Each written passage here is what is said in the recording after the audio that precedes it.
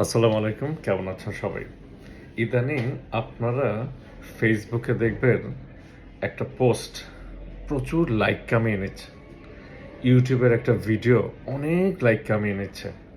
হ্যাঁ, বলা হচ্ছে যে চায়নাতে নাকি একটা মহামারী টাইপের একটা জীবাণু ছড়িয়ে পড়েছে। যেটা কিনা একদম মানে করোনার 10 গুণ ক্ষতিকারক। হ্যাঁ, আরো ভয়ংকর জিনিস একটা জিনিস। হ্যাঁ, এটা নাকি একদম সারা বিশ্বে ছড়িয়ে পড়বে, লাখো লাখো মানুষ মারা যাবে। HMPV, হ্যাঁ, সেই ভাইরাসটার নাম। যে হিউম্যান মেটা নিউমো ভাইরাস, এইটা নাকি চায়নাতে ছড়িয়েছে, এটা সারা বিশ্বে ছড়িয়ে যাবে। ভাই থামেন, আগেই বলে দিচ্ছি এটা একটা ভাইরাস। এরকম নানা কি বলে মিউটেশনের নতুন নতুন ভাইরাস হয়, এবং এই ভাইরাসটাতে এটা হচ্ছে নর্মাল একটা ঠান্ডা সর্দি কাশির একটা নতুন ভ্যারিয়েন্ট। এইটাতে কোনো মানুষ কখনোই মারা যায় নাই, এই রকম জিনিসে কোনো মানুষ মারা যায়ও না।